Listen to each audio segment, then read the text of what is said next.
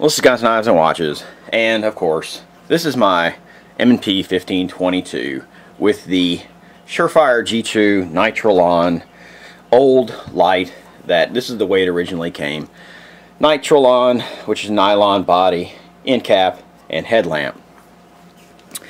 Anybody that remembers these things from back in the day when dinosaurs roamed the earth and we thought we knew what the hell we were doing and that everything was great, and that 60 lumens of power out of this incandescent bulb, which is a 6 volt P60, rocked ass, and of course it might have had a glass lens cap or something, Pyrex, whatever, to deal with the heat and all that side or the other. And we were, you know, inexpensive, cheap, and ready to go, man. We were doing it up, man.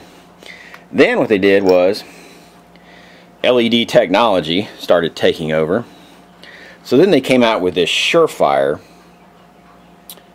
P60L, which is an LED with a reflector that has a coating on it, and they just said, well, take this here LED type thing, man, and put it in your flashlight and screw it together. The only problem is that the LED gets so damn hot that these things started to fail.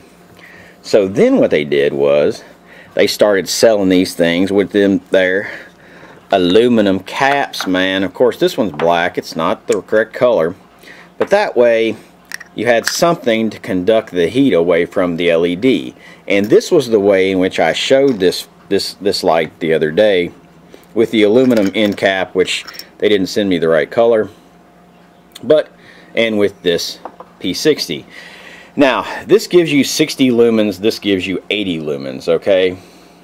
Reflectors are quite different, This was about a $20 or $30. I think it was maybe a $30 upgrade.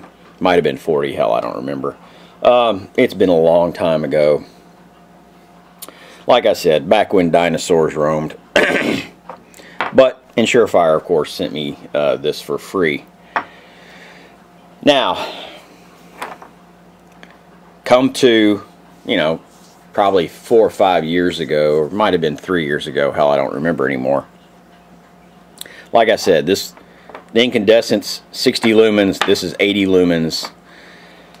Now, this is the KX4, which is actually a head, everything's built together, and is now their new replacement for what these, you know, used to be, okay? Now, this isn't revolutionary technology or evolutionary technology. It comes in a packaging like this, KX4 LED conversion, Surefire, 120 max lumens, 8 hours of useful runtime, probably about 3 hours of tactical runtime, and that tactical runtime is quite a bit more. Now, what is the difference between, why would someone upgrade? And you can choose a lot of different upgrades. There are Chinese upgrades for these things that they sell for $7, $8. There are a lot of different things. But in where you were using these for work, you're using these in tactical type situations, I kind of shun away from these. This is about a $70 upgrade. And it gives you 120 lumens. And I know with modern LED, this, there, the other, everything being made in China, that this is probably not, you know, blowing your socks off. But the difference between 120 and 80 is a tremendous difference. As far as the focus of the LED, this one tends to have a much tighter focus in the center beam and a much less light around the corona or the spill or whatever the hell they call that stuff. I don't really get into the technology of flashlights because it's really not my shit. I like something that works and I like something that's usable, which is why I would spend $70 to upgrade my flashlights. Now, luckily Surefire sent me these things. So, you know, thanks to Surefire. But this, and this is the hard anodized version of this thing, makes this weapons light a tremendous amount better. Why sometimes in a CQB type situation do you not want to go over 120 lumens? Because the backwash off a white wall or off something that's very reflective can rob you of your sight. It can rob you of this, that, or the other. What you want is something that's going to give a broad, even beam over the entire room, or give you as much coverage of that room as you possibly have, which is something that I never really liked about this LED drop-in. Yeah, it gave me more light than this. Yeah, it gave me better runtime. We went this went from some crazy run times of an hour for this little bitty bulb and 15 minutes for the 61. I mean, or 20 minutes for the 61. This little sucker right here, buddy, would burn up some CR123s, and it would do it in a very, very, very quick fashion. So this was a great improvement. This is a great improvement over that. Sometimes when you get into those 200, 300, 400 lumen, 500, 1,000, whatever, they're great for outside. They're great for outside shooting, this, that, or the other. But once you get into that environment where you're going through that house and you're doing that, or you're trying to clear a room, or you're clearing a building, or you're doing any of those things where you're working at closer distances, that wash coming back off that wall can sometimes really, really affect you. Travis Haley used to go over this a long time ago. I don't know if he has any videos on it or not. But his, you know, he really likes, you know, something around 100, 120, 140. To tell you the truth, I don't exactly remember. And I think he made a light there for a while, I don't know, or he sells a light or endorses a light, I have no earthly idea. And he has a lot of different mounts because, you know, a lot of people around Travis do a lot of engineering, a lot of design, a lot of this, that, or the other, and he's a very good consultant. But these heads, these KX4 heads, also work really good on this. This is the C2 Centurion, which, you know, you take that big head off that thing, and then you got that there going on, and then you have your Millennium Series M2 Centurion. The M2, of course, comes with this big head and da-da-da-da-da, and this, that, or the other, and takes these weird size, you know, everything. And of course, you can use different stuff. But what this does is this gives you the ability to use more standardized heads and take a little bit of size out of it, and then also improve the hell out of the battery life of these M2s. And it's just a simple install like that. I mean, it's really that easy. And you go from just your standard issue light to something that's a little more usable, a little bit brighter. You can see that anti-reflective coating on the front of that lens, or you can't see that lens really well, so that means there's anti-reflective coating there.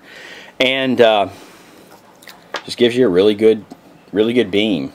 So you can see here, like that's only about 4 inches from the table, and I've already got spillage coming out over on both sides. I've got a good, a nice center. Beam looks really good, da-da-da-da-da. But if you're in this type of environment, you're doing clearing, you're doing any of that type stuff, this is probably what I would recommend. I wouldn't trust my life or anyone around me's life on anything less quality. It's made in America. I don't try to beat that drum every minute of every day, but it's still not a bad concept. And here we are. Wow, that hard anodized coating on these things are quite a bit different, aren't they? Anyway, this is Guns, Knives, and Watches, and the Surefire KX4 120 lumens in CQB type stuff. You know, this stuff really works. If I'm going out and I need more light, if I'm trying to go out in a situation to where people can see farther and shoot longer distances and this, there, or the other, outside, away from buildings, away from trees, away from all this crap, then I tend to go 300 to 500 lumens. A lot of my pistols that are set up for long-range shooting, that are actually backups to rifles, which are my H&Ks. Actually have 500 lumen lights on them. But as I said, it all depends on what your eye adjusts to. It all depends on this, there, or the other. You have one of the most complicated lens systems and one of the best cameras and type of apparatus possible in your head already to adapt to light. And 120 seems to be a sweet spot. I don't really like anything less than that. It really starts to bother me when I start going through and working at distances from 50 meters in. If I'm working for 50 meters out, as I said, I really like the 300 and the 500. I really don't use 1,000 lumens or any of that type stuff. Get into that crazy shit because effectively I can't work at those distances, and the people who would be shooting back at me can't work in those distances. So it's just the way it is. But you have to assess your environment, what you're working at, this, that, or the other. Could a sniper with whatever shoot at whatever distance? Yeah. But we're talking about close quarter battle situations, close quarter combat, close quarter whatever the hell you want to use. A lot of people on the internet use a bunch of different terms, and none of them are that wrong. So this is Guns, Knives, and Watches with that Surefire KX4 LED conversion. And is it the cheapest version? No, God, you can get away. You can do this for, you know, $10 probably. Malkoff makes some really good inserts. I like his flashlights. I haven't used a whole lot of his inserts, except for back in the day on some mag lights. But you know, Malkoff devices is something to somebody look into also. I think he's got a bunch of them that are range from around 30 some, 35, whatever dollars, maybe 40. By the time you put in shipping and all that crap, and you go over to an adapter that will adapt to these larger sizes that are more vibration shielded, which is what these for this Millennium series, that's what these were really for, is for shock absorption. You have to start getting into some different conversions, get into this, get into that, some little adapters. They only cost $1, but it's something at least to look into. I really went this way. I've been really happy with Surefire's warranty on all their products they've ever sold me, and they stand behind what they do, and that's worth a few dollars in my book. Is it worth the $20 extra? You know, maybe 25, 30, who knows? But when my life's on the line, I really try to leave nothing to chance. This is Guns, Knives, and Watches. Have a good one.